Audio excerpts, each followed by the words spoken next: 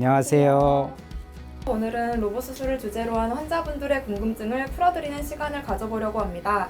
저는 1일 사회를 맡은 외과 이한별 간호사입니다. 한양대학병원에서 위암, 고도비만, 탈장 질환을 수술하고 있는 외과 하태경 교수입니다. 탈장을 오래 방치하면 완치 확률이 떨어진다는 이야기가 있어 많은 분들이 수술은 어떻게 진행하는 게 좋을지 궁금해하실 것 같습니다. 먼저 로봇 수술과 복강경 수술의 차이점부터 알아볼까요? 교수님, 로봇 수술과 복강경 수술의 차이점이 무엇일까요? 로봇 수술은 로봇에 의해서 수술하는 거고, 복강경 수술은 복강경 기구에 의해서 수술을 한다고 간단하게 말씀드릴 수 있습니다. 환자와 의사 입장에서 로봇 수술과 복강경 수술은 많은 차이점을 가지고 있는 것 같습니다. 교수님, 그럼 로봇 수술의 장점과 단점에 대해 좀 더 자세히 알려주실 수 있을까요? 환자 입장에서는 로봇 수술의 장점은 좀 더 정확하고 안전하게 수술을 받을 수 있다고 얘기할 수 있고요. 의사의 입장에서는 로봇 수술이 복강경 수술을 하는 것보다 훨씬 수월하고 피로감이나 긴장도를 낮출 수 있기 때문에 의사의 입장도 좋은 점이라고 할 수 있겠죠. 단, 경제적으로 환자 입장에서는 부담이 될 가능성이 좀 더 높고요.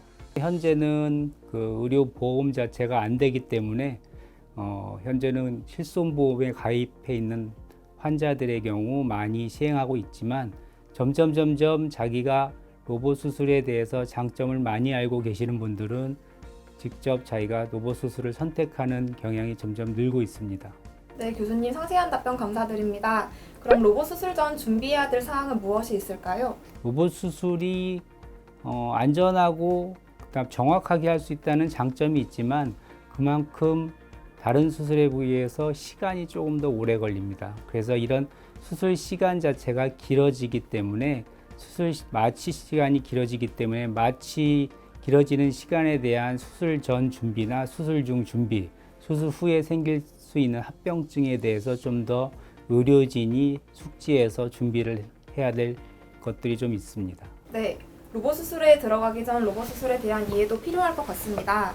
교수님, 그럼 이번 기간 통증, 상처 등 로봇 수술 후 관리는 어떻게 하는 게 좋을까요? 복강경 수술하고 로봇 수술하고 수술하고 나서의 그런 것들은 대부분 다 비슷합니다.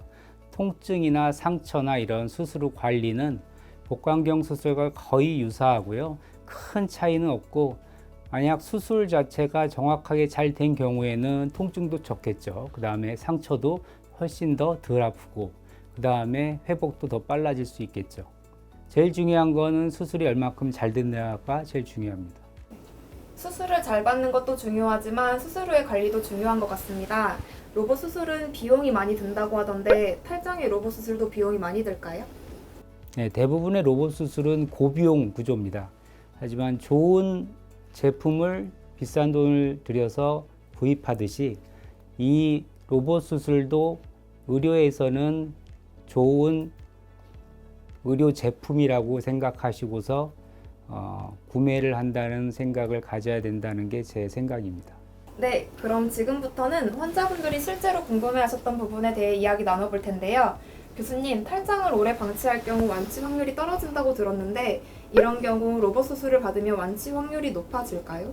모든 질병은 완치라는 표현을 환자 입장에서 쓰지만 의사들은 완치라는 그 개념을 잘 믿지 않고요. 어떤 병이든 그 완치가 됐다가 다시 생길 수 있기 때문에요. 탈장도 마찬가지입니다. 뭐 수술이 아무리 잘 돼도 다시 재발할 가능성은 언제든지 있습니다. 복부 탈장의 경우 수술 후 통증이 크다고 들었는데요. 혹시 로봇 수술을 받으면 통증이 좀 덜할까요?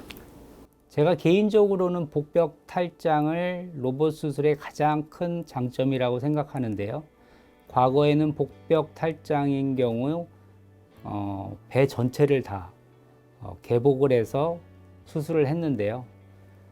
이 로봇 수술 같은 경우에는 작은 구멍을 적게는 3개, 많게는 한 6개까지 뚫어서 배 안에 있는 모든 근육들을 다 분리해서 탈장을 치료할 수 있는 획기적인 장점이 있기 때문에 저는 환자들한테 복벽 탈장인 경우에는 로봇 수술을 적극적으로 권유하고 있습니다.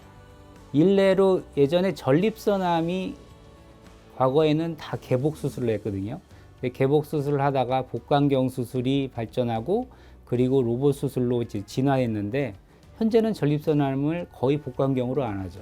왜냐하면 복강경으로 수술을 하는 게 좋을 거라고 생각했지만 수술하는 의사들이 복강경 수술이 너무 힘들기 때문에 결국은 개복 수술에서 지금은 다 로봇 수술로 진화했듯이 복강경 수술이 현재 복벽 탈장에서는 중간 단계이지만 점점 힘들어지기 때문에 수술하는 외과 의사들도 많이 힘들어하고 있어서요. 그 다음에 수술하고 나서 경과도 좋지 않고 그래서 점점점 로봇 수술로 바뀔 거라고 저는 개인적으로 믿고 있습니다.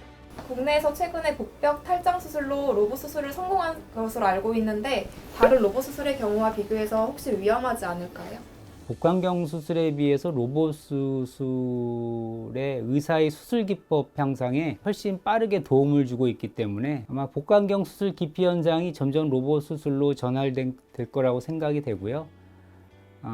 모든 수술은 처음부터 100% 발전하지 않는 게 마찬가지듯이 로봇 수술도 현재는 처음에는 그 발전 속도가 늦지만 장점은 뭐냐면 복강경 수술에 비해서 훨씬 발전 속도가 빠르기 때문에 초기에 로봇 수술 받던 사람에 비해서 지금은 훨씬 더 그 의료의 수준이 늘었기 때문에 지금은 크게 걱정할 필요 없다고 저는 생각합니다.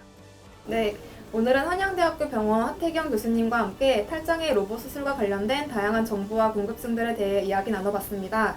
교수님 오늘 상세히 답변해 주셔서 감사합니다. 네, 감사합니다. 다양한 건강 정보가 가득한 영상은 한양대학교 병원 유튜브 채널에서 만나보실 수 있으니 많은 관심 부탁드립니다. 감사합니다.